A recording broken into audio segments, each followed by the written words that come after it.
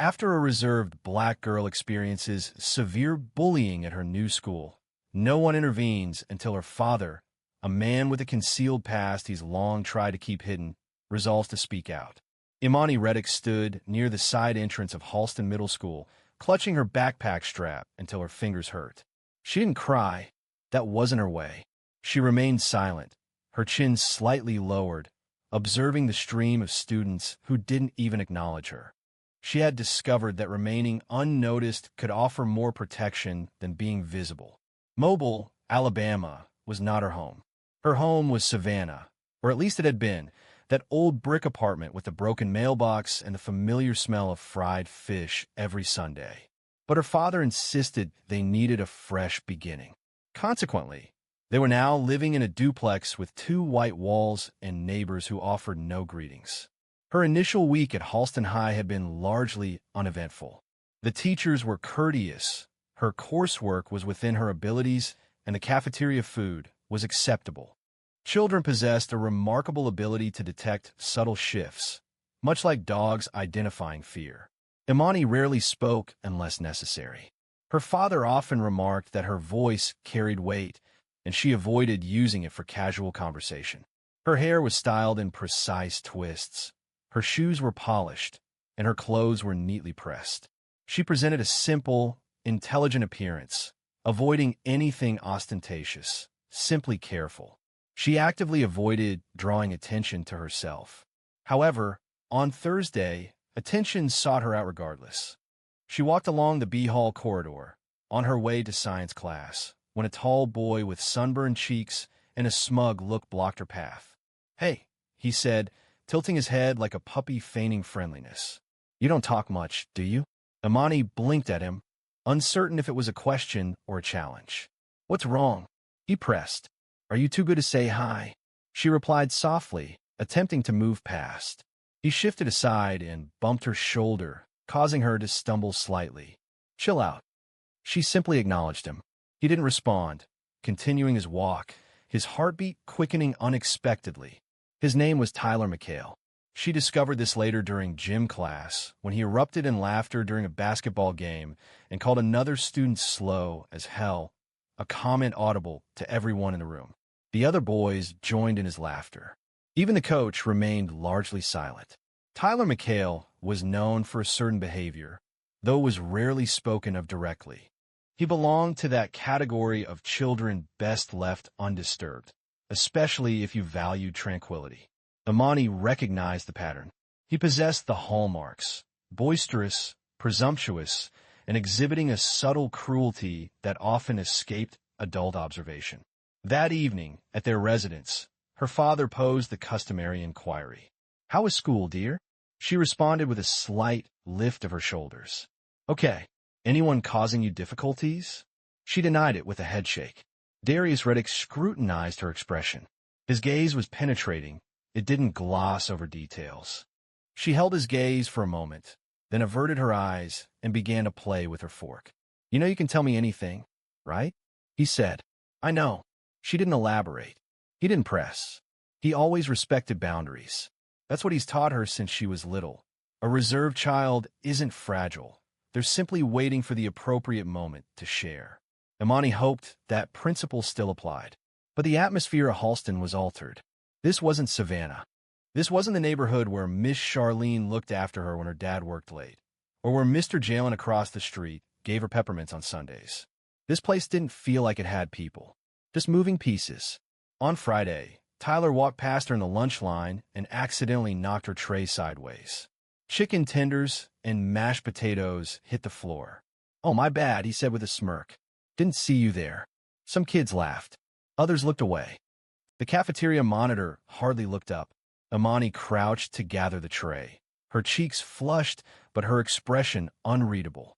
She remained silent, simply tidying up and moving to the rear of the queue. Tyler departed as if everything was normal. However, it was significant, especially for her. But that was only the start, and the most difficult moments were still to come. By the second week, the cafeteria event felt like an introduction. Tyler had made it his purpose. Imani didn't understand why. Perhaps it stemmed from her lack of visible reaction compared to others.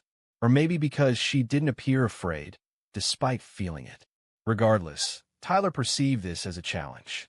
Initially, it manifested as hushed comments behind her in the hallway. This escalated to staged applause when she responded to questions in class. Following her excellent score on an English pop quiz, he publicly questioned, what's she attempting to demonstrate?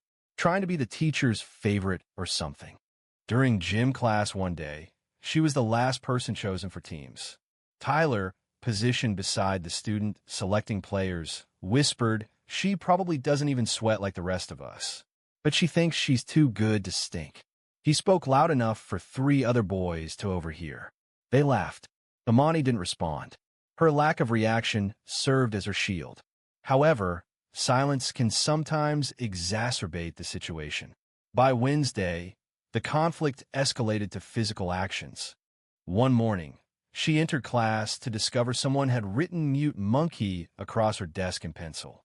She paused, studying the words briefly, before retrieving her eraser. Her hand moved deliberately as she erased. She detected muffled laughter nearby. Later that afternoon, in the hallway, Tyler passed by and murmured, "Better get used to it." That evening, she returned home with a torn strap on her backpack. Her father immediately observed the damage. "What happened?" Darius inquired. "It got caught in the locker hinge," she replied. He remained silent, not meeting her gaze, for a significant pause. Then, in a measured tone, he asked, "You sure about that?" She confirmed with a nod. "Yeah." Darius observed her for a few more seconds, his expression strained. He rose, proceeded to the kitchen, and opened a drawer. Returning with an antique sewing kit, he began to mend the strap while she sat at the table, feigning study. The quiet returned. It wasn't oppressive, just commonplace. She understood he was hesitant. She also recognized he would wait however long she required. A tightness began to build within her, feelings she couldn't articulate. Friday proved to be particularly difficult. During lunchtime, Tyler positioned himself directly across from her, without an invitation or a tray, simply offering a smile. "You don't enjoy conversation, do you?" he remarked, tapping the table with his fingers. "Are you one of those peculiar individuals? Do you believe yourself superior to others?" Imani continued eating, deliberately slow, bite after bite. "I asked you a question," he stated, raising his voice. "Or are you too unintelligent to respond?" Those nearby began to observe the exchange. Several phones were unavailable. Imani glanced up at last. "No," she stated. "No what?" she asked. "I don't believe I'm improved. I simply dislike waste." Immediately after the words were spoken, a plate of spaghetti launched from the periphery. It struck her chest, coating her shirt with red sauce and onto her lap. Amusement rang out. She rose deliberately, making no effort to clean the sauce, simply fixing her gaze on Tyler. His eyes widened, not with fear, merely with surprise. The lunch monitor arrived, predictably late. "What happened?" she asked, her expression already frustrated. Imani remained silent, instead choosing to gather her tray and proceed to the closest trash can. Sauce dripped, and her shirt was stained. Her heart pounded in her chest. That night, she skipped dinner. Her father knocked twice on her door before entering.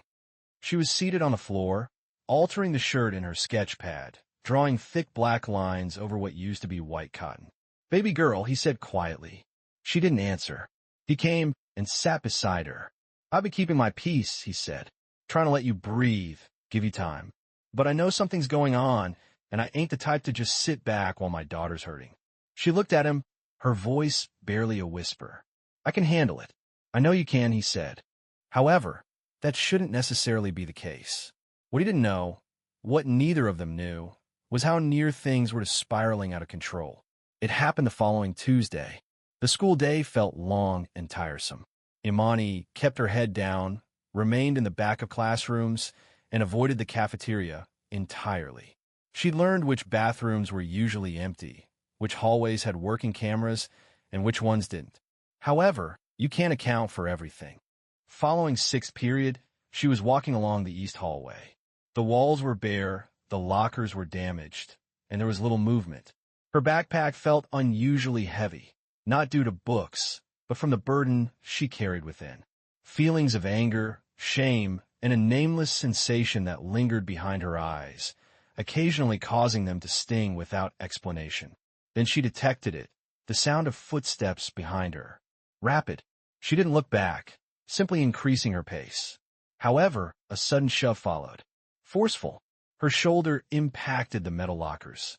Her bag slipped from her arm and landed on the floor. "What's your problem, freak?"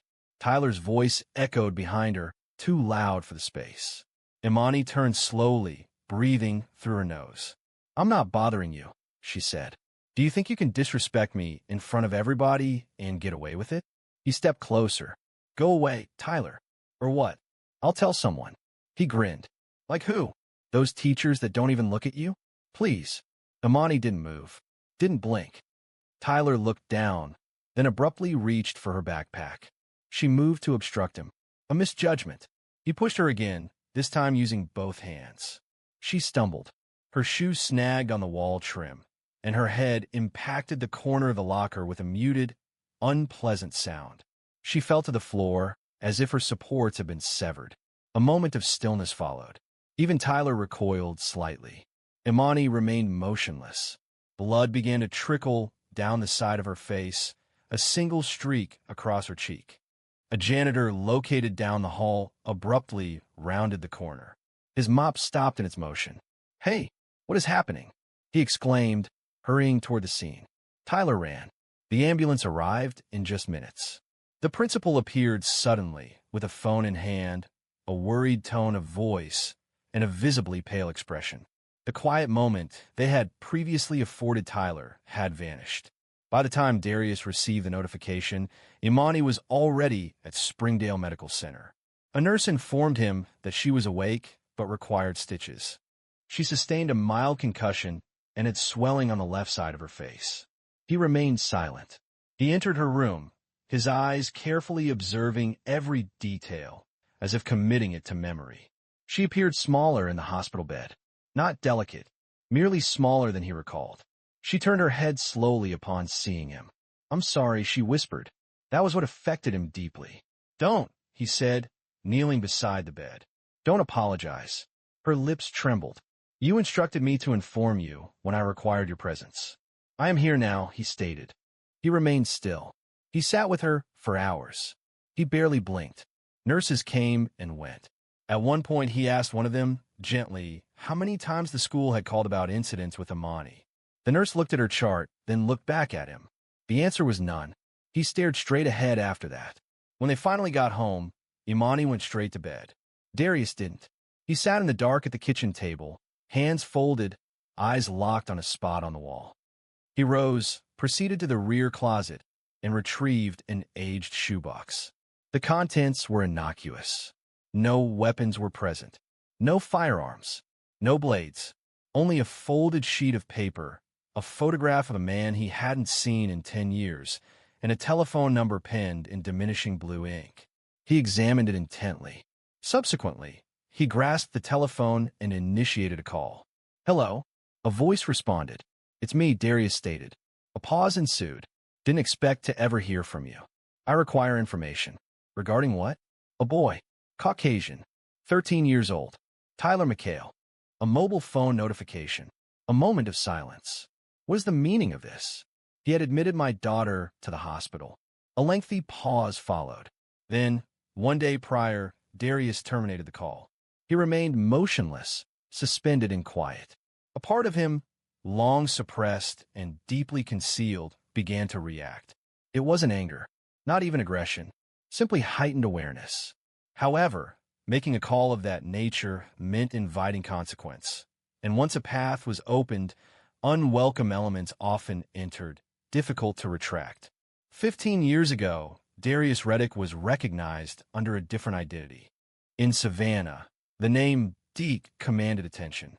He wasn't boisterous, nor did he act impulsively, yet he consistently achieved his objectives. His methods were subtle, a quietness that instilled unease. Debts were settled, and disappearances were understood, thanks to him. He avoided direct violence, except in matters close to him, which were infrequent. Deke didn't seek a leadership role. he shunned the public eye. He positioned himself just behind those in power, and that's where true influence resided. But then Marissa became pregnant.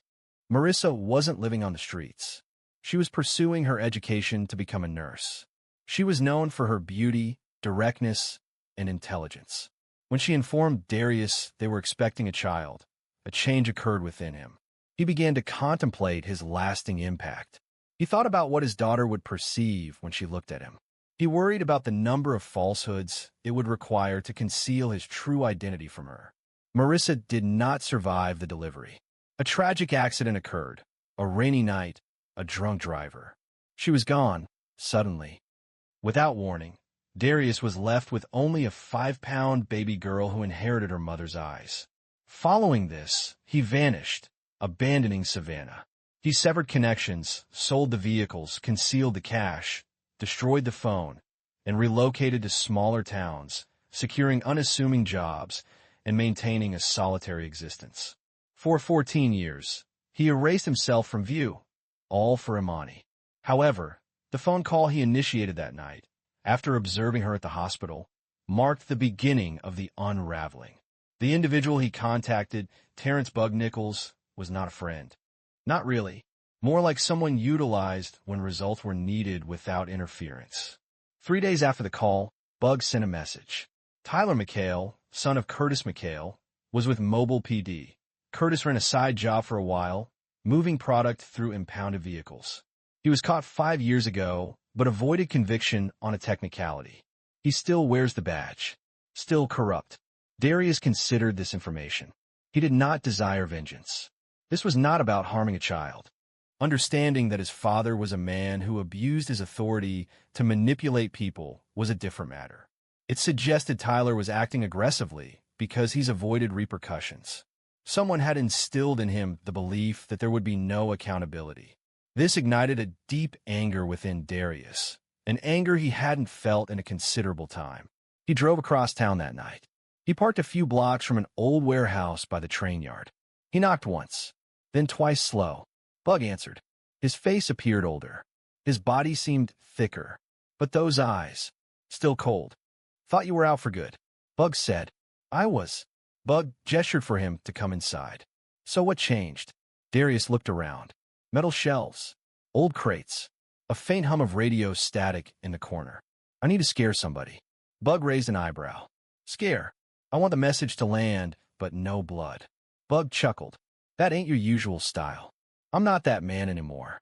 Bug looked at him for a long second, then nodded. All right, I got someone who owes me. Real discreet. Ex-military. Now works security. He will leave a note they will remember. No threats. No harm. Just presence, Darius stated. Bug grinned. You want to haunt the man. Precisely. 2 days later, Curtis McHale returned home to discover his front door slightly ajar. Inside, nothing was stolen. However, every drawer had been opened, and his framed awards were placed face down. A single Polaroid photo rested on his recliner, an image of Curtis from 5 years ago, hands cuffed, head down, flanked by officers. On the back, a simple sentence. If anything happens to my child again, yours is next. Curtis failed to report the incident. He understood the protocol. This was not something you concealed. During that same week, Tyler ceased attending school. There was no official notification. No farewell. Imani observed his absence, but remained silent. She returned to her classes, head held high, quiet, but no longer concealed. However, Darius recognized that revisiting the past doesn't always allow it to settle. Occasionally, it resurfaces with anger. The house phone rang shortly after 11:30 p.m. Darius seldom answered calls from numbers he didn't recognize, but a feeling compelled him to answer. He remained silent, simply waiting. A low, familiar, and dry voice spoke. You made noise, Deke. Darius paused before responding. Then he requested silence, just a presence. The voice emitted a chuckle. Yeah, well, some presence echoes louder than you think. Darius gripped the phone more firmly. Who is this? The voice inquired. You remember Devin Mars? That name caused a sharp, uncomfortable feeling in his throat. Devin Mars had previously worked as a problem solver in Savannah. Uncompromising. Precise. and driven by ambition. Darius had wronged him several years prior when Mars threatened someone Darius valued. The incident concluded with a tense confrontation that was never discussed. Until now, he currently resides in Pensacola, involved in real estate, nightclubs, and politics. His child attends Halston Prep. Rumors suggest he's become aware of your name once more, and he's displeased. Darius leaned back in his chair, the kitchen clock ticking behind him like a countdown. I'm no longer part of that world. Then why was your name being circulated again? Click. The line disconnected. For the next hour, Darius remained silent. His thoughts raced. Devin Mars did not forgive, and he did not forget. If his name was being passed around, that meant others were paying attention as well. It wasn't just about Tyler anymore. It was about what people believed Darius might become again. The mere thought of it made his stomach churn. He recalled Imani, how she used to fall asleep on his chest. She remembered how she'd learned to walk with her arms out like wings. He'd promised her a different life, a quiet one. But quiet wasn't always safe. At school, people noticed Imani was walking a little taller. She didn't smile much, but her silence now felt different. Less like retreat, more like strength. Her teacher, Miss Kendrick, pulled her aside after class. I just want to say I'm sorry we didn't do more. We should have, she said. Imani looked her in the eye. I am not relying on others to act appropriately anymore. Miss Kendrick stopped. You possess more strength than you realize. However, strength was insufficient on its own. On that Friday, a black SUV with tinted windows arrived outside the school precisely as the final bell sounded. The vehicle was not the property of a parent, and it remained parked. Imani observed it. A feeling, not of fear but of familiarity, churned in her stomach. She didn't know who was inside, but she had seen a car like that previously, back in Savannah. Following her grandmother's funeral, she informed her father that evening. Darius didn't inquire. He simply moved to the rear room and retrieved a phone from a drawer. Instead of contacting Bug, he dialed another number. A woman answered, her voice raspy, reminiscent of gravel and whiskey. It's been a long time, Deke. Too long, Tanya. I heard you went soft. I did on purpose, he replied. She chuckled once. That's good, but now you're calling. I need eyes on a vehicle. A black SUV with Florida license plates was parked outside Halston Middle School. A moment of silence followed. Then, a voice said, I'll have something for you tomorrow. That night, Darius remained near Imani's bedroom door. This wasn't due to a lack of faith in the locks. It was simply the spot where he felt most at ease. The following day, Tanya returned the call. The vehicles are connected to Mars nightclub. They are not registered in his name, but his driver utilizes them. Imani's school is not part of his typical route. Darius took a deep breath. He is currently not taking any action. He was either sending a message or anticipating one from you.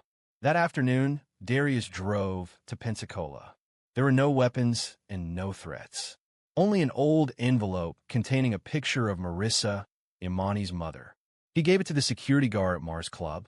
He instructed the guard to tell Deke that this was now the only thing that mattered, and that if anything happened to her, he would not engage in conversation. The guard remained silent, accepting the envelope and retreating as if it were hazardous material. Darius did not wait for acknowledgement and returned home in silence. When individuals such as Mars are provoked, they do not allow the matter to drop. They identify vulnerabilities, and Darius possessed one. It began with a package. Small, plain, without a return address. It was sitting on Darius's porch 2 mornings after his trip to Pensacola. He understood he should not touch it immediately. He examined it, studied the corners. There were no wires. There was no unusual weight.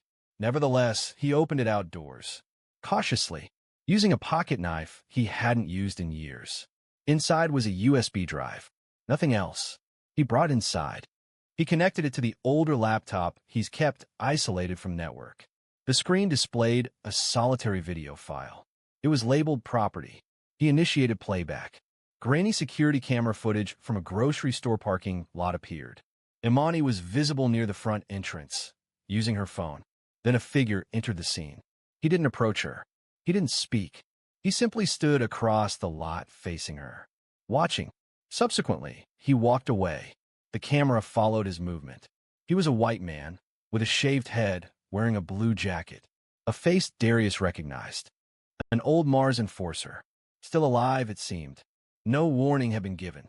None was necessary. The meaning was unmistakable. We could contact her whenever we pleased. Darius shut the laptop and remained motionless for a considerable time. Afterward, he entered the bathroom and studied his reflection. He no longer resembled Deke. The beard was flecked with gray. His hands appeared heavier than before.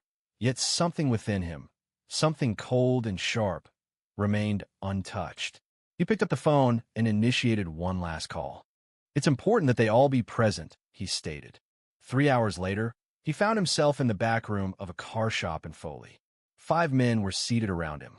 Each possessed a history they hadn't documented. "Tell me why we're here," one of them inquired. "They threatened my daughter," Darius responded. There was no request for verification. His delivery wasn't challenged. "They intend to intimidate me into submission, but I've remained silent for 14 years. That's sufficient." "So what's the plan?" Darius asked, leaning forward. "We avoid direct confrontation.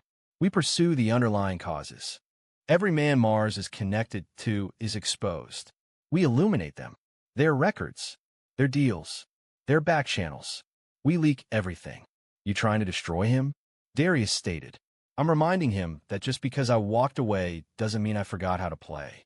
The men nodded. Over the next 3 days, Darius orchestrated a quiet demolition. Public records were sent to journalists. Photos were sent to wives. Hidden accounts were reported to the IRS. One of Mars' clubs suddenly got flagged for health code violations.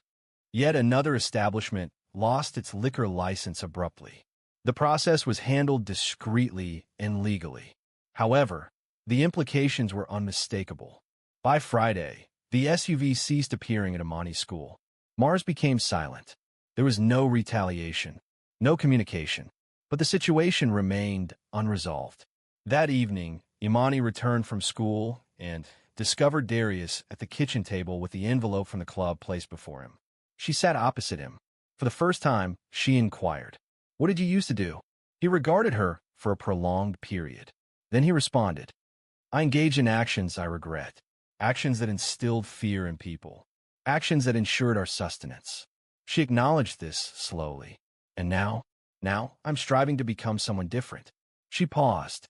"But you reverted to those actions to safeguard me." "I reverted to protect you from those who disregard the established guidelines. Not out of desire, because it was necessary." She remained silent for a moment. "I wish to no longer experience fear," she stated finally. He reached across the table. "You're not anymore." They remained seated for a while. As evening approached, no elaborate words were needed. It was a moment of shared understanding between two people. The following week at school, Imani offered to read her essay in English class. Her voice was steady. The essay explored courage, not the dramatic kind seen in films, but the courage to appear regardless, to speak even when hesitant, and to remain upright despite external pressure. Following the class, Ms. Kendrick offered a subtle smile, conveying a sense of pride. Imani returned the gesture, a quiet but genuine expression. Darius understood that peace achieved in this manner invariably demanded a price. He only hoped he had paid sufficiently. Spring arrived in Mobile Sutley that year. The trees bordering the schoolyard became vibrant and lush, and the days extended slightly. It had been nearly 2 months since Imani had last seen Tyler McHale's face. She never learned precisely what had transpired with him. Speculation circulated. He transferred schools. His dad took a leave. His family relocated. However, no one provided verification, and Imani had no desire to inquire. Her attention was now directed elsewhere. When Northwood High School announced the annual student-led assembly, Ms. Kendrick urged Imani to participate, to do more than simply attend, to speak. Initially, she felt unsure. However, something within her changed. A form of understated bravery emerged. It wasn't boisterous or flamboyant, but resolute, much like herself. Consequently, she registered. On the day of the event, as her name was announced, the gym grew almost silent. Teachers leaned forward. Students ceased their whispers. Imani walked to the podium with her hands at her sides. Her notes were folded in one pocket, untouched. She surveyed the crowd. Rows of students who had once laughed at her now ignored her or simply averted their gaze. And she began.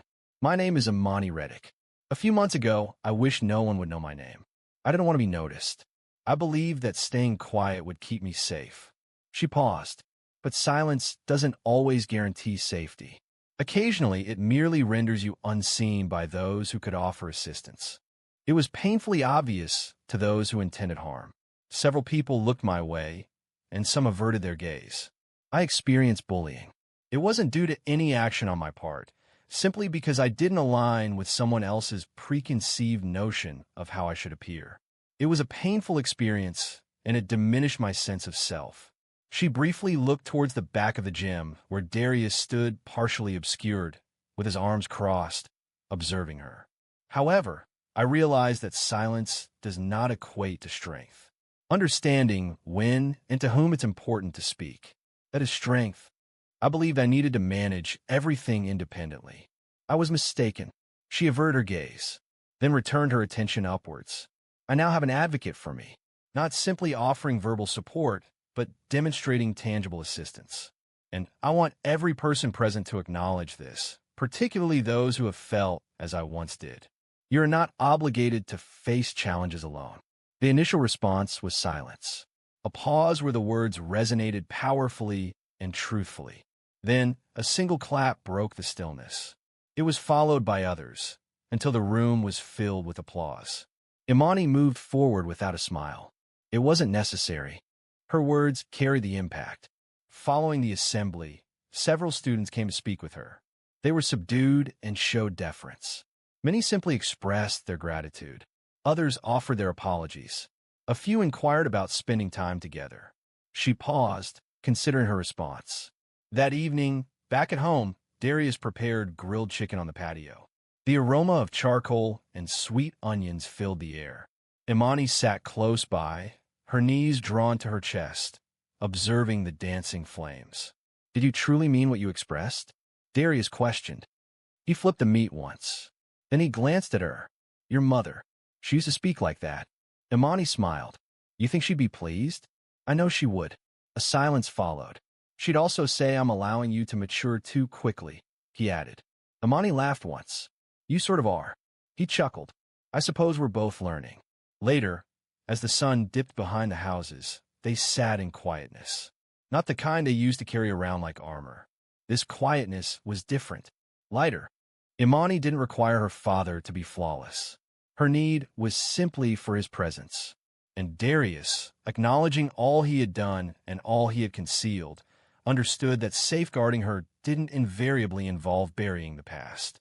Occasionally, it meant accepting responsibility for it, so she wouldn't have to. Existence rarely offers a complete escape from sources of pain. Yet it provides a choice. Remain silent, or voice your truth. Walk independently, or accept another support. Imani opted to speak, and Darius chose to listen. This is how they found healing. As a united front. If this story resonated with you, please subscribe to see more. Each story we share explores authentic choices, real people, and the resilience needed to progress, regardless of your beginnings. After a Black woman CEO experienced denial of service at her bank, she maintained composure. Within 5 minutes, the manager responsible for the incident was terminated. The errand was intended to be brief, approximately 10 to 15 minutes, a task easily managed between scheduled meetings. That morning, Nadira Langston, aged 48, the head of a multi-million-dollar tech firm located in Phoenix, Arizona, exited her driver's black Lincoln and entered Sycamore First Bank, carrying her company's banking portfolio carefully. She was unhurried. There was no need for haste. Her schedule had been completely free to allow her to complete the transfer of a substantial business account, which was one of several her company had been relocating for months. The account manager she typically collaborated with had retired, and today she was meeting the new team in person to finalize the documents.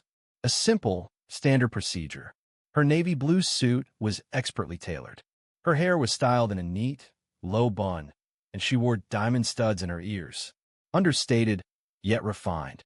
Her heels made no clicking sound as she moved. They barely rustled. She carried herself with the confidence of someone who had held a position of authority for a significant period and no longer felt the need to demonstrate it. Approaching the reception desk, she provided her name, Nadira Langston. She explained she was there to meet with someone from the commercial accounts department. The young woman at the counter glanced up, briefly nodding while entering information into the system. Okay, just a moment. It was then that things began. A woman, appearing to be in her mid-50s, with pale blonde hair and a rigid posture, emerged from a nearby glass office and walked over, offering a smile that seemed strained. "Can I help you with something?" she inquired. Her voice was concise. Nadira turned and offered her hand. "Yes, thank you. I'm Nadira Langston. I understand I'm scheduled to meet with someone from the business team. I'm completing a transfer." The woman didn't return the handshake. She looked at the folder Nadira held. "And you are representing which company?" "I'm the CEO of Bluestone Dynamics." The account was previously managed by Peter Larson before his retirement. The manager raised an eyebrow, her skepticism evident. "And you're here, unaccompanied?" "Yes," Nadira responded calmly. "It's a private matter." A pause followed, one of those pauses that conveys more than a complete sentence, the kind where judgment is disguised as confusion. "Right?" the woman said, adjusting her position. "We generally don't permit walk-ins for high-tier accounts unless it has been arranged beforehand." Nadira stated, still calm. She retrieved the confirmation email. "Here's the appointment confirmation from your internal scheduler. Today, 9:30 a.m. The woman looked at the document, then back at Nadira. "Are you certain this wasn't intended for another employee at your organization?" Nadira blinked, deliberately and slowly. "I operate the company." A brief silence followed. "My name is Cheryl Bainbridge. I'm the branch manager. We're dealing with some concerning events lately. Individuals have been falsely presenting their credentials to gain access to valuable accounts. You appreciate the seriousness of this, I'm sure." Nadira fully grasped the situation. "Cheryl, is it?" she replied, her tone remaining calm and measured. "Offering my license, corporate ID, and the transaction papers I'm here to approve?" Cheryl's smile became strained. "It's simply procedure, Ms. Langston. Please don't view it as directed at you." Nadira had encountered that phrase on countless occasions, in numerous boardrooms, airport lounges, and hotel lobbies.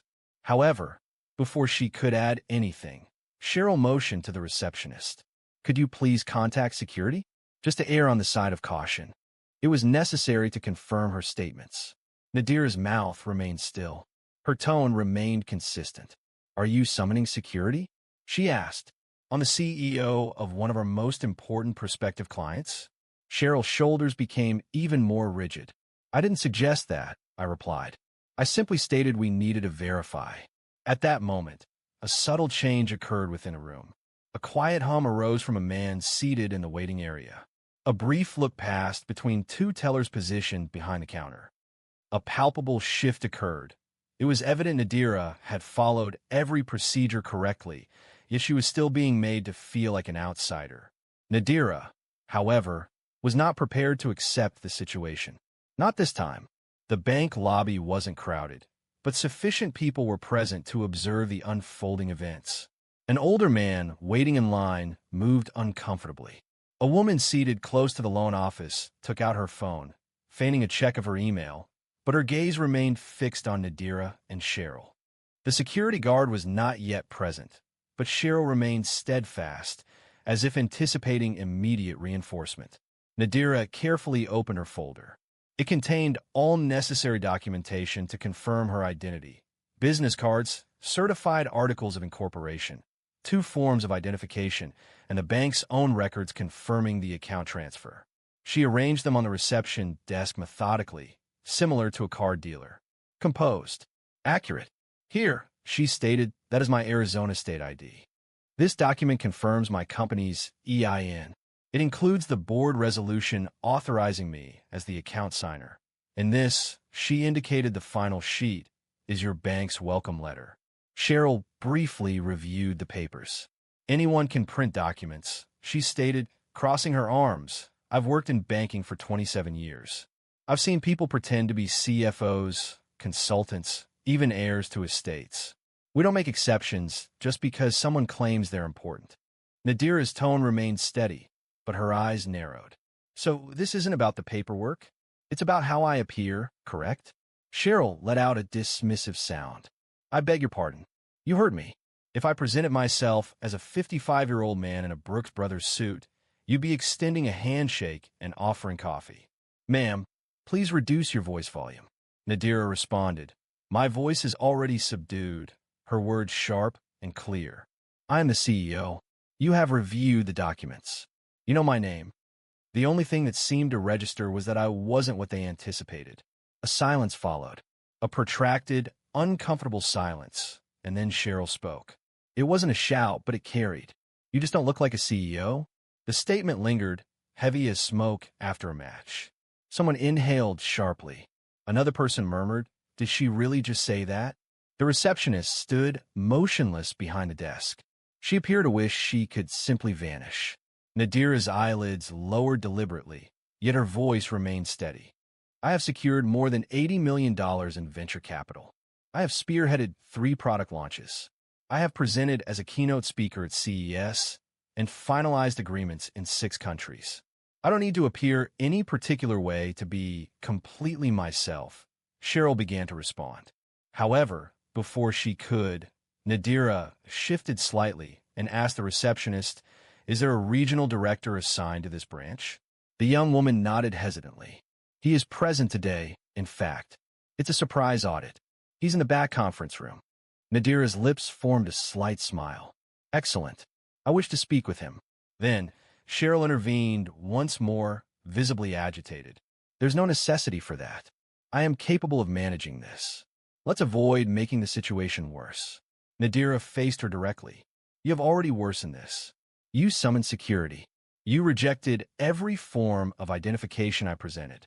You challenged my position, my firm, and my credibility, all without initiating a single phone call to confirm any detail. Therefore, no, you're not capable of handling this. The room fell silent. The receptionist lifted the phone and initiated a call to an internal extension. Mr. Dorsey? She inquired.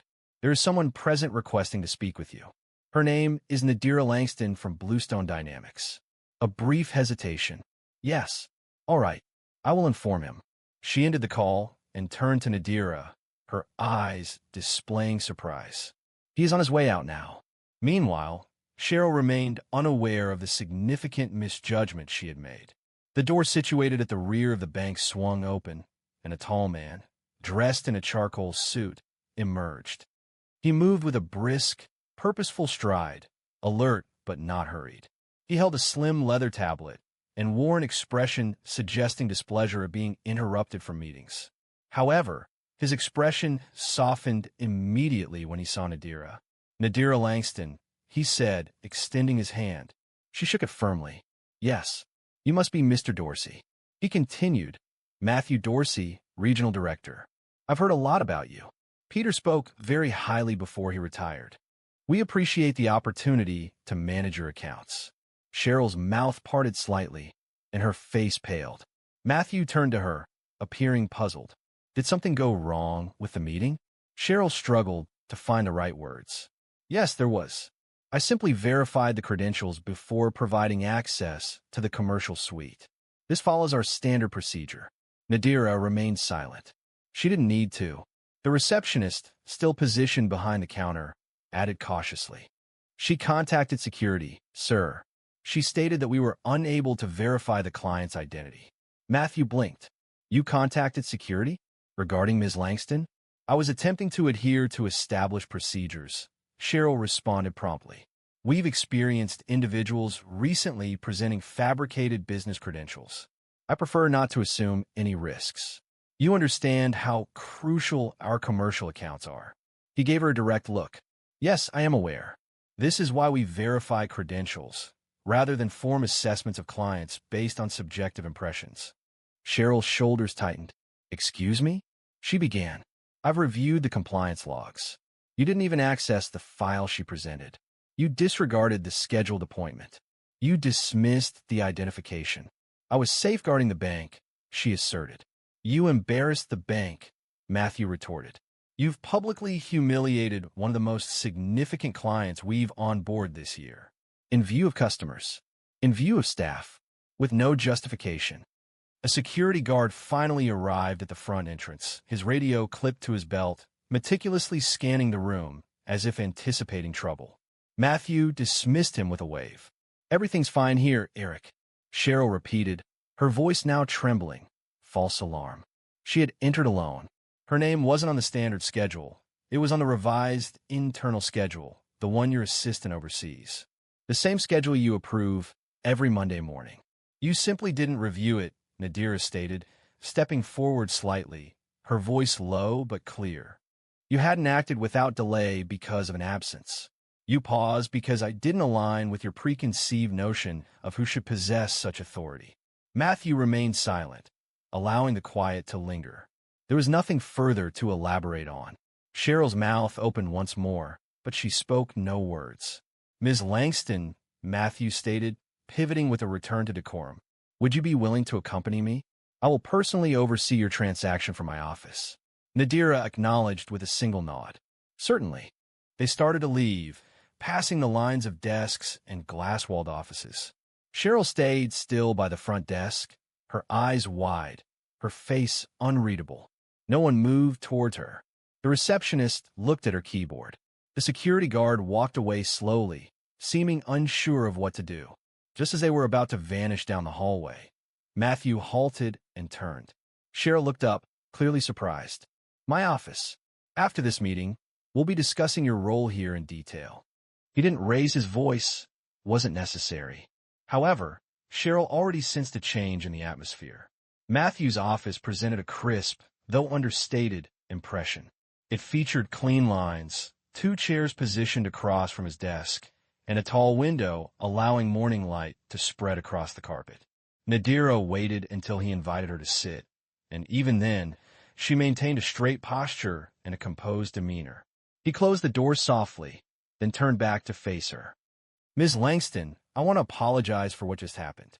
That should not have occurred. Not here. Not anywhere. You were treated unfairly, Nadira stated calmly, placing her folder on the desk. However, this isn't the first time.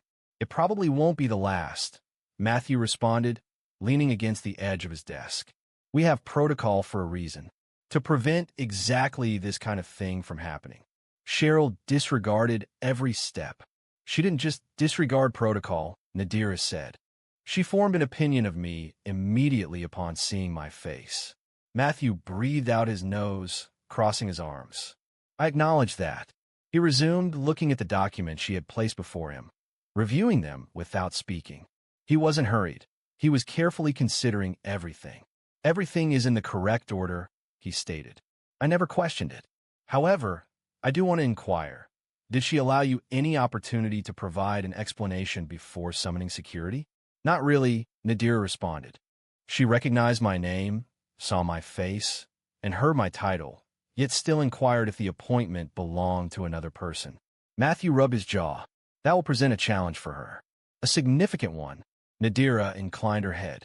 I didn't intend for anyone to lose their job. I am aware of that. However, sometimes repercussions are deserved. Immediately, his office phone vibrated.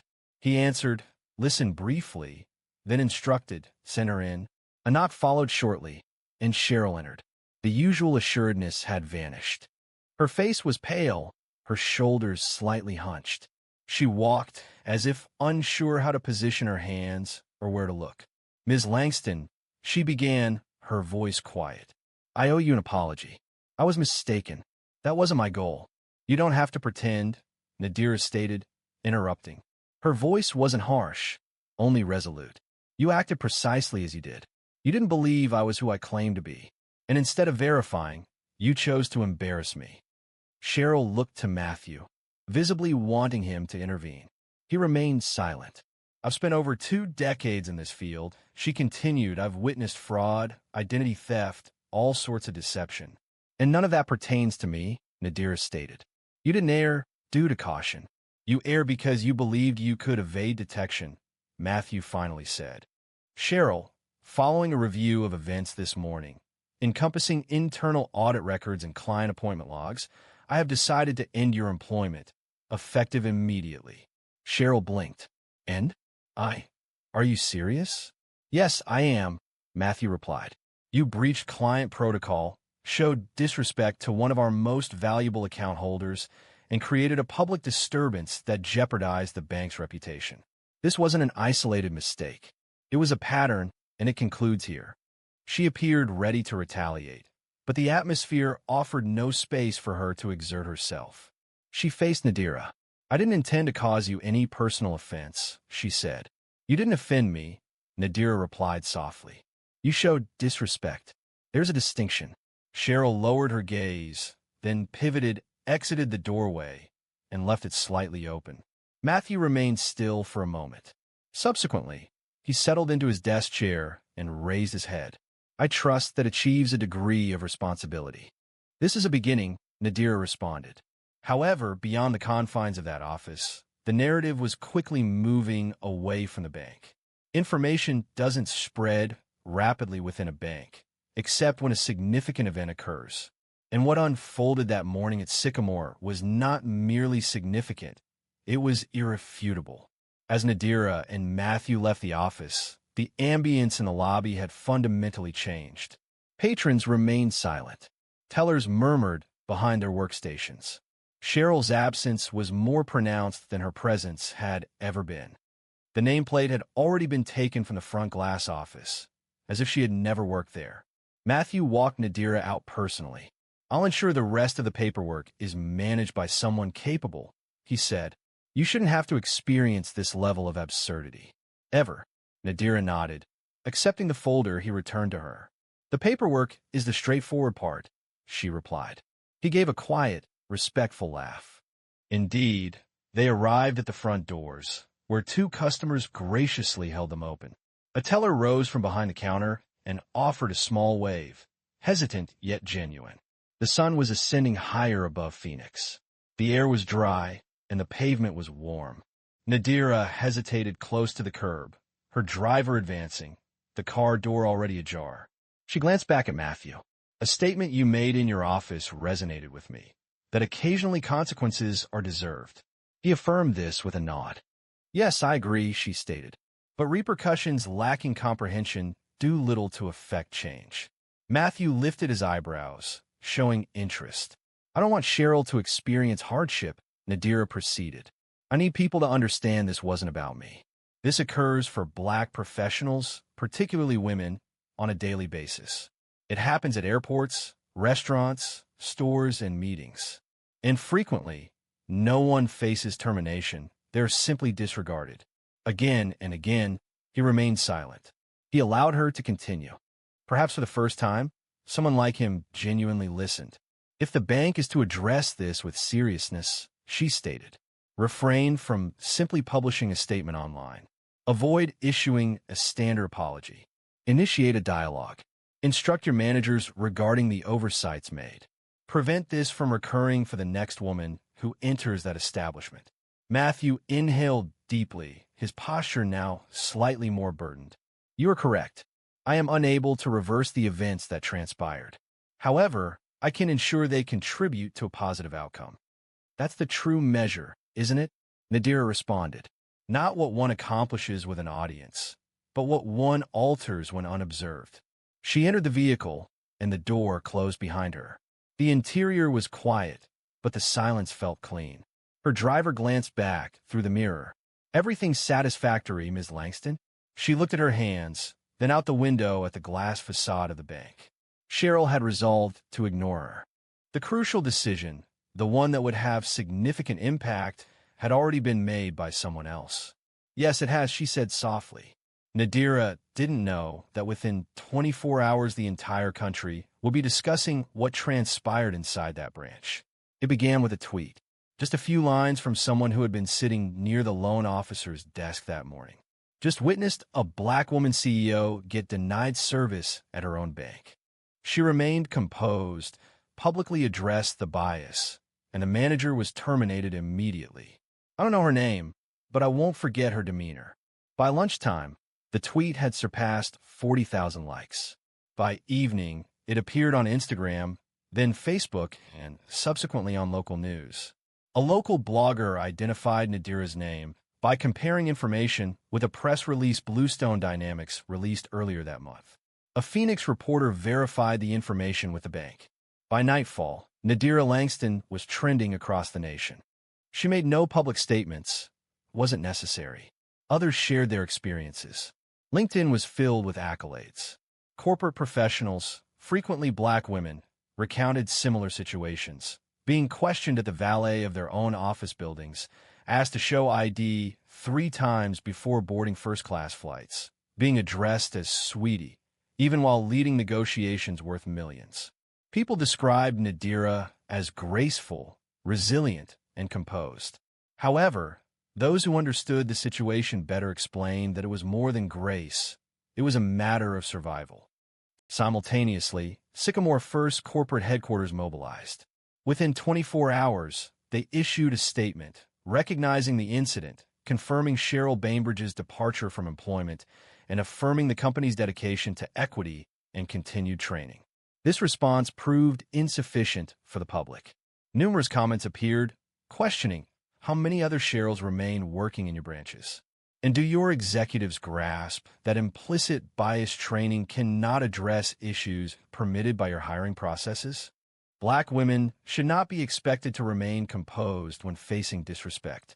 Nadira made no public statements regarding the situation until 3 days later when she consented to an interview on a podcast hosted by a longtime friend and business strategist, Leona Bates. They faced each other in a silent studio in Tempe, with microphones activated and without any prepared notes. Leona began softly, asking, "You've remained silent while the internet has erupted. What prompted this response now?" Nadira answered, "Because the matter is no longer about me." Leona focused on what this situation highlighted. Specifically, that despite possessing the correct titles, documents, and credentials, people still perceive you as an outsider.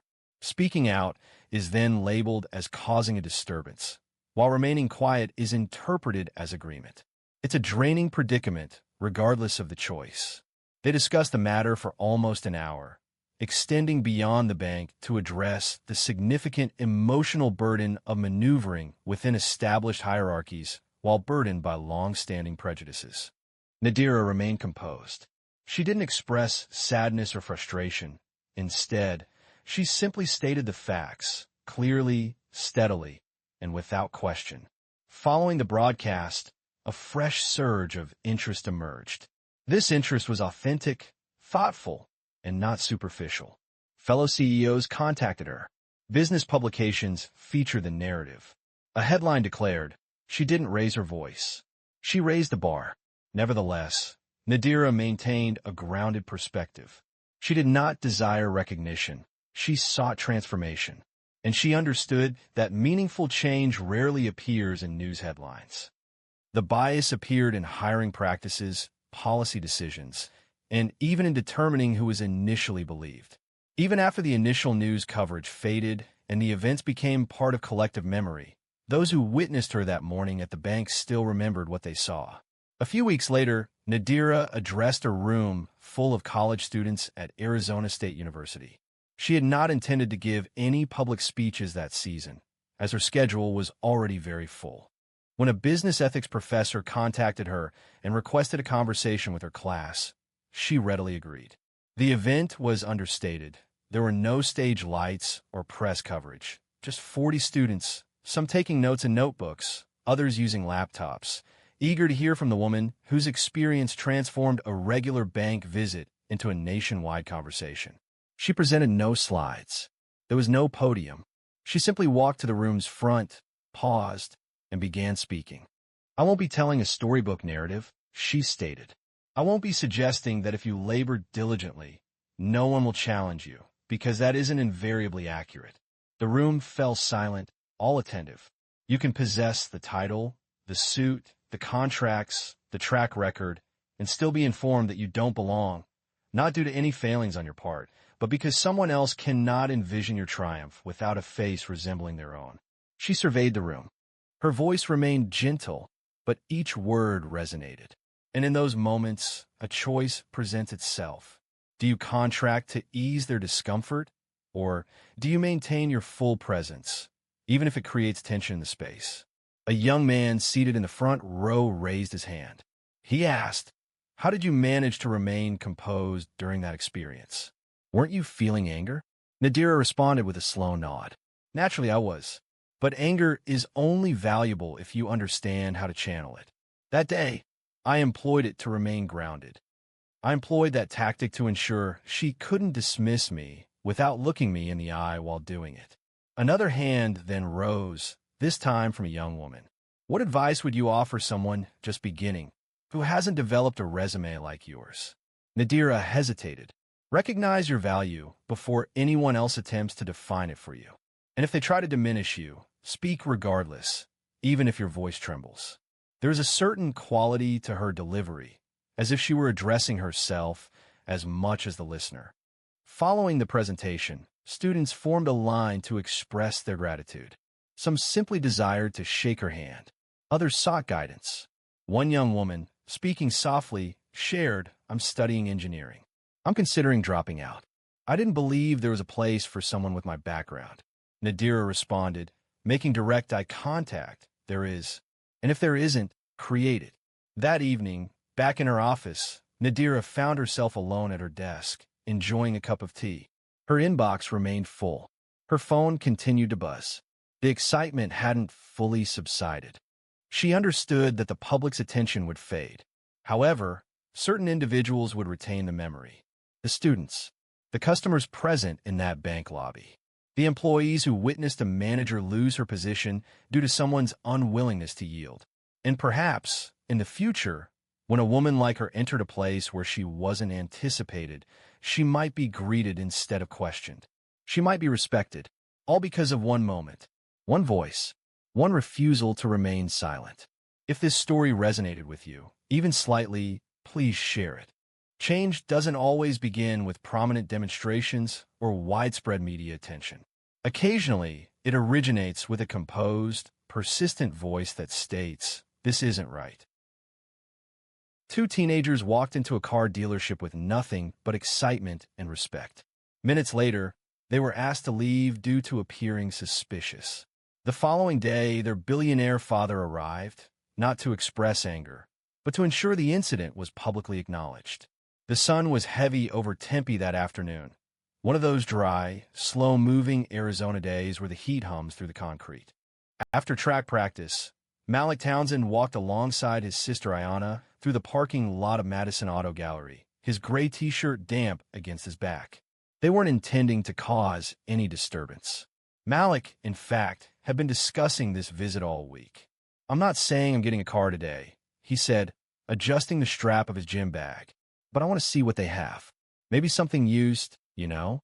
Ayana laughed, tossing her braids over her shoulder just to gauge expectations before her birthday. "You really think Dad is going to let you drive yourself to school in a two-door coupe?" "Come on," he smiled, but his steps didn't slow. "Let me dream." The dealership lot was still. Sleek silver sedans were arranged under sun-faded flags. The glass doors reflected the heat, and the two entered as any pair of kids with questions and wide eyes. The air conditioning inside was sharp, a contrast to the warmth outside. A middle-aged man wearing a pale blue dress shirt looked up from behind a counter. His gaze first fell on Malik, then moved to Ayana. They were neatly dressed, Malik in athletic gear, Ayana in a simple dress and sneakers. Their appearance was unassuming, quiet. Nevertheless, the man rose quickly. "Can I help you?" he asked, his voice concise. Malik, always courteous, approached. "Yeah, just checking out some cars.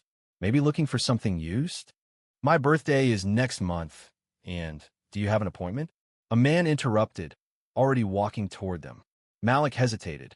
"No, we do not allow unsupervised minors in the showroom." He cut in, glancing quickly at a coworker across the room. "Company policy." Ayana's face shifted. "We're not touching anything. Still, this is not a hangout spot." His tone had turned colder now. "You can look at the website if you're interested." The silence that followed was thick. Malik started to speak, then stopped. Ayana's fingers gripped the bag strap with force. "We'll leave," Malik said softly. They departed as such. There was no shouting, no resistance. Only the measured walk back along the sidewalk, with Ayana holding her breath throughout.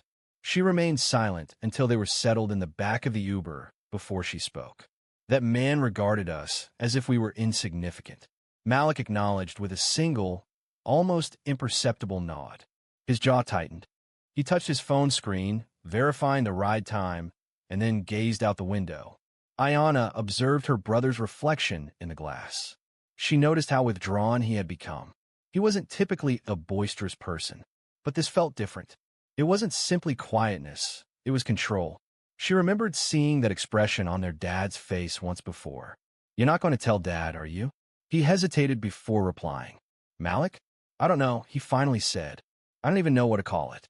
It's not like the man had said anything outlandish. He simply didn't want us present. Ayana reclined. It seemed unbelievable to me.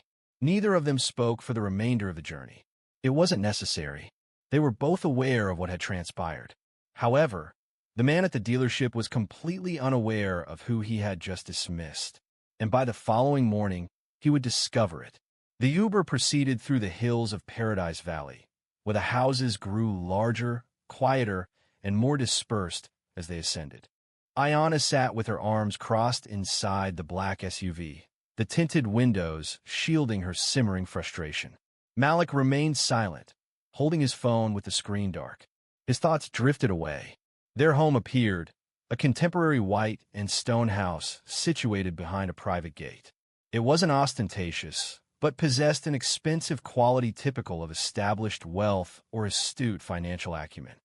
Their father, Charles Townsend, had constructed his technology company from the ground up, initially offering hardware repairs and Flagstaff before achieving success with a data security startup.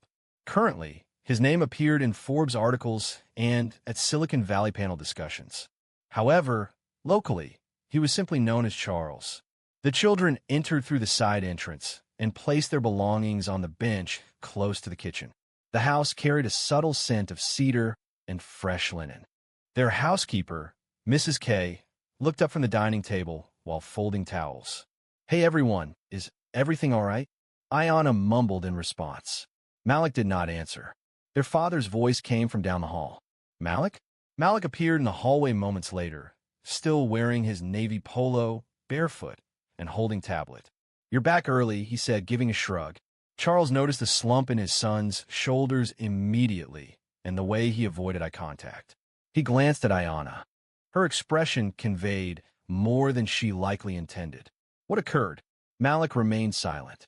Charles placed the tablet down and crossed his arms. "Malik," Ayana exhaled. "A man at the dealership stated we were not permitted inside." Charles furrowed his brow. "Which dealership?" "Madison Auto Gallery, located off University Drive." "What precisely did he say?" Malik massaged the back of his neck. "He indicated we weren't allowed to browse. He mentioned they don't allow individuals under the age of 18 without a parent present and accused us of loitering." Charles remained motionless for a considerable time. His eyes narrowed a little, not in anger, but with concentration. That measured, careful assessment that indicated he was anticipating 2 or 3 moves ahead. "What did you do?" "We left," Malik stated. "We didn't want to create a disturbance." That was impactful. Charles inhaled deeply, moved into the kitchen, and poured a glass of water. He offered it to Malik before speaking again. "You acted correctly. Do you understand?" Malik affirmed once. Then, his father settled onto a counter stool and looked squarely at him. "Please understand this. You are not inferior to anyone. I'm not concerned if you arrive in athletic wear or formal attire. Maintain your composure. And if someone perceives you as a cause for concern, that is their responsibility, not yours." Ayana rested against the fridge, observing.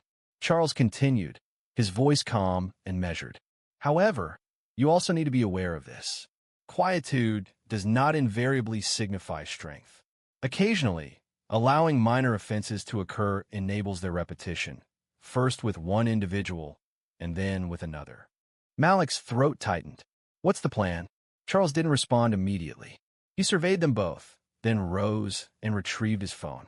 I'm going to speak with someone, Ayanna said, surprised. With whom? Charles replied, departing the room. The subsequent hours until tomorrow morning unfolded with an unusual calm. There were no shouts, no hurried phone calls.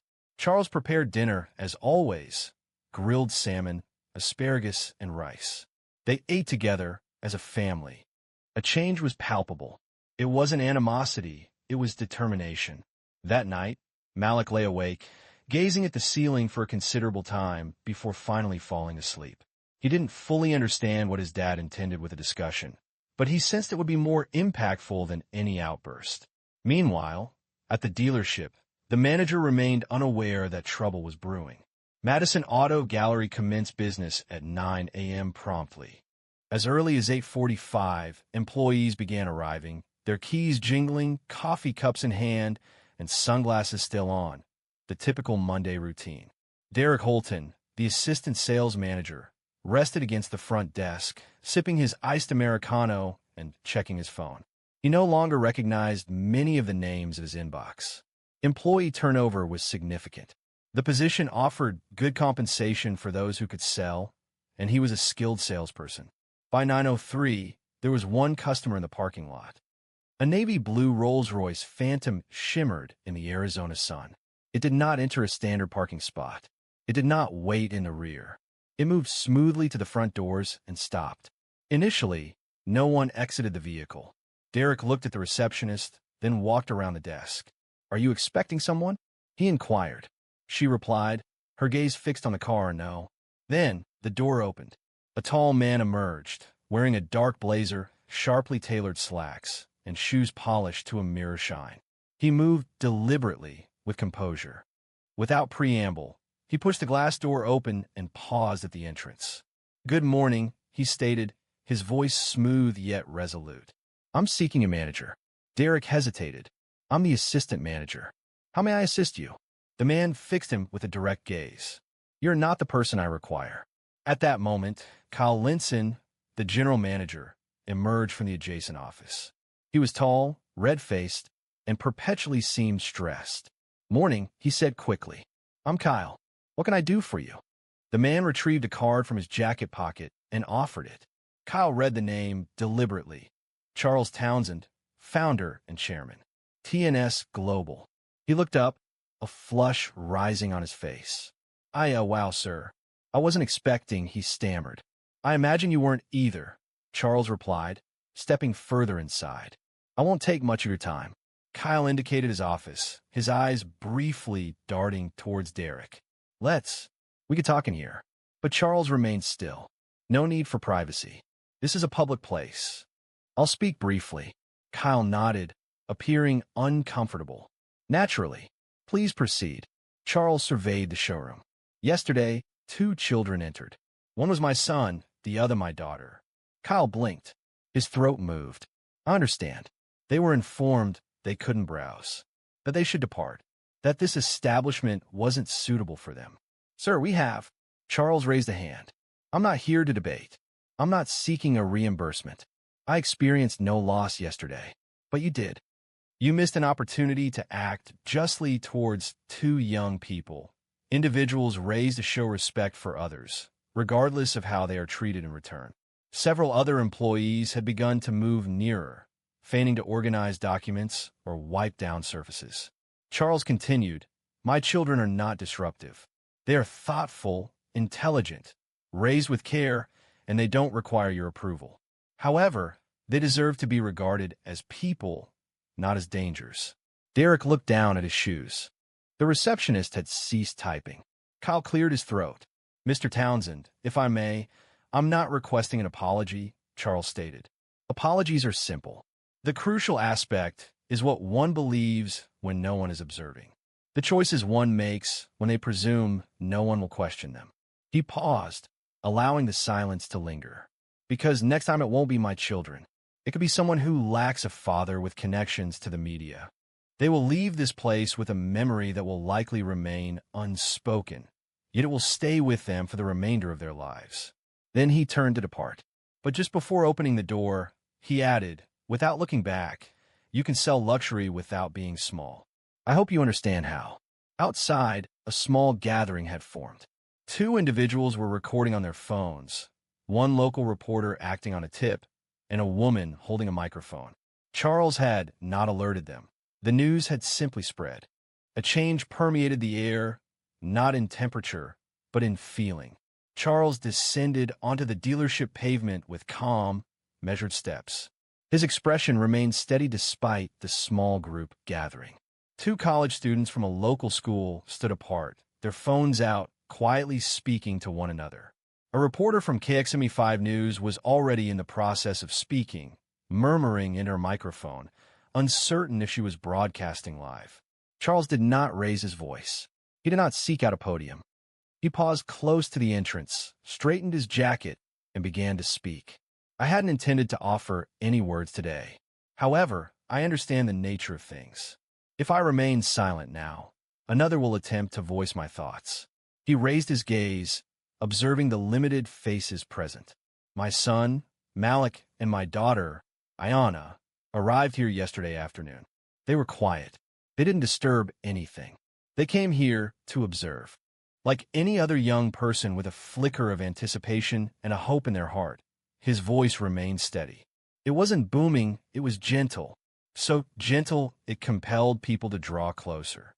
Yet they were asked to depart, not for violating a regulation, not for handling something inappropriately, but because someone determined they didn't fit, that they presented an issue before they uttered a single word. The college student clutching the phone released a quiet, trembling sigh. Charles continued, I've worked my whole life to build something that would last. And I've taught my children that what you build doesn't just sit in your bank account. It lives in how you treat people, in the everyday decisions, the ones you make when nobody's watching. He paused again, not for drama, but because the next words meant something. Yesterday, someone looked at my children and didn't see who they were. They saw who they assumed they were, and they dismissed them. It's possible to be disrespectful without raising your voice. Sometimes it's about making someone feel diminished in a place they were eager to enter. Behind the glass doors, Kyle stood watching, hands shoved deep in his pockets. Charles glanced over his shoulder briefly, then returned his attention to the people ahead of him. I'm not suggesting anyone should boycott this establishment. I don't endorse that approach. I'm no longer even feeling anger. I am simply weary of observing this recurring behavior. It's deeply troubling to see young people treated as if they've committed crimes before any wrongdoing has occurred. Such experiences leave a lasting impact. Silence allows these situations to persist. Several more people paused on the sidewalk. A delivery person across the street adjusted their sunglasses to observe more closely. I came today because my children should not have been subjected to that kind of treatment, and because I want them to understand that when something is wrong, it shouldn't be ignored. You confront it with clarity, with dignity, and without allowing it to change who you are. He retreated towards a Rolls-Royce, his hand resting on the door handle. One more point. My kids left yesterday, holding their heads high. That speaks volumes about their character and reveals nothing about the person who attempted to diminish them. He entered the car and remained silent. The onlookers did not offer applause. There was no clapping. A stunned silence filled the space as everyone absorbed the information, the visuals, and the implications. Inside the dealership, Derek lowered himself into a chair. The receptionist's eyes were brimming with tears, and she couldn't explain why. Kyle Lenson stayed near the window, his arms held rigidly at his sides. Yet, he understood that it was no longer possible to manage the narrative. By that afternoon, the first video appeared on Twitter, followed by Instagram, and then the news. The story began to develop independently. By lunchtime, the story had moved beyond local coverage. A shaky vertical phone video, initially recorded by college freshman Tori Clements, had already garnered over 2 million views on X. The accompanying caption stated, "This man just entered a dealership that disrespected his kids and addressed the situation with remarkable composure." I'm truly speechless. Viewers weren't simply sharing the video, they were analyzing it, pausing specific moments, magnifying details, and engaging in discussions and debates within comment threads. A woman from Flagstaff shared a story, noting that Charles Townsend repaired her father's laptop in 2001 and refused payment. She described him as having always been exceptional. However, other reactions were less charitable.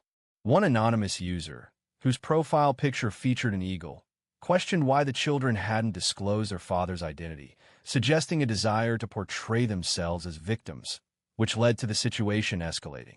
The story subsequently appeared on morning talk shows. During a segment titled, "Billionaire Father Calls Out Discrimination at Tempe Car Dealership," Good Morning Phoenix reported that the dealership's Yelp rating plummeted from 4.2 to 2.1 within hours.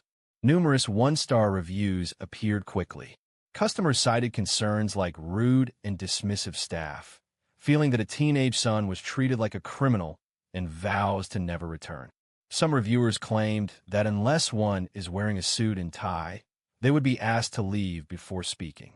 Naturally, the negative response wasn't solely from unfamiliar reviewers. Community organizations also started focusing attention on the situation, advocating for discussions regarding young people, societal views, and implicit prejudice. Amidst this, the dealership issued a response.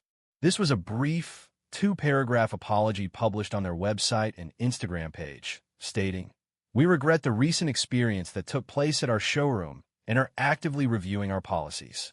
We strive to provide a welcoming environment to all guests and take these matters seriously." The reactions online spoke volumes. The regret appears to stem from exposure rather than genuine remorse. Instead of policy review, perhaps employee evaluation is needed. This apology lacks sincerity, resembling a fine instead of an expression of concern. Privately, Collinson was working to manage the situation. He had already contacted 2 PR consultants, both of whom advised him to minimize communication, avoid public attention, and refrain from attempts at damage control. However, online sentiment disregarded PR strategies. The public demanded openness, accountability, and concrete steps. While Malik and Ayanna remained at home, their phones buzzed incessantly with messages, some from friends and others from unknown numbers. Ayanna showed her brother a message that elicited laughter, even amidst the circumstances. "Girl, is that your dad on the news? Tell him to run for office or something. I'm dead." However, more difficult messages soon followed. "Why didn't y'all just walk away?" One read, "Ain't nobody owes you a car." Another stated, "Not everything is about race." A final message simply asked, "He probably thought you were skipping school. So what? Rich people want sympathy now?" Malik glanced at his screen, his jaw clenched. Ayanna touched his shoulder. "Don't read that," he mumbled, not looking up. He continued scrolling. Their father entered the room, carrying 2 mugs of tea. "Put the phone down," Charles said. "Just for now." Malik paused, then placed his phone face down on the table. Ayanna did the same. Charles sat opposite them, leaning forward a little. Ayanna frowned. "You two didn't ask for this, but sometimes life decides your story's bigger than just you." "But we didn't even do anything," she added. "We just walked in." "I know," he replied. "That's what makes this so real. You did everything right. And still, someone saw you wrong." Malik stared at the tabletop. "Is it always going to be like that?" Charles paused, letting the question linger. "No," he said, "but you'll face it again. And when you do, you decide who you want to be in that moment." Reporters continued to gather outside. Inside, a feeling deeper than anger began to develop: awareness. And awareness is a persistent force. As the sun descended behind Camelback Mountain, it stretched shadows across the towns and backyard. It had been 2 days since Charles spoke at the dealership, 2 extended, peaceful days filled with news coverage, messages, and public commentary. Yet, shielded by the hedges, a sense of calm prevailed. Charles stood by the grill, methodically flipping salmon fillets. Malik was seated at the patio table, his elbows on his knees, gazing out across the lawn. Ayanna was leaning against the railing, her face hidden within her hoodie. There were no cameras, no inquiries, just family. "You know," Charles began, "without looking up, when I was 16, I saved for 2 years to purchase my first car, a 1994 Corolla. It was faded red and had manual windows." Ayanna looked at him. "You mentioned it didn't have AC, correct?" Charles chuckled. "None at all. A Phoenix summer nearly cooked me, but I cherished that car. I received that treatment not because of kindness, but because I deserved it. Malik finally glanced in my direction. Have you ever experienced something like that? Like we did? Charles acknowledged with a single nod. More times than I can recall. Being followed when entering stores. Being ridiculed when applying for bank loans. I was once refused service at a diner in Tucson. I was there with my code books in my lap, and I simply departed without a confrontation. But why didn't I respond? Malik inquired, mirroring my current reaction. Charles then turned another fillet. I didn't believe my voice held weight previously. I felt that remaining unnoticed was the sole path to progress. He paused, but I was mistaken. The grill emitted a quiet hiss. The truth is, son, enduring enough disrespect can lead you to forget what it feels like to be acknowledged. And I never desired that for you, nor for your sister. Ayanna took a seat next to her brother. You certainly ensured we were noticed. Charles now addressed them both. Being noticed isn't sufficient. One must be prepared for the consequences.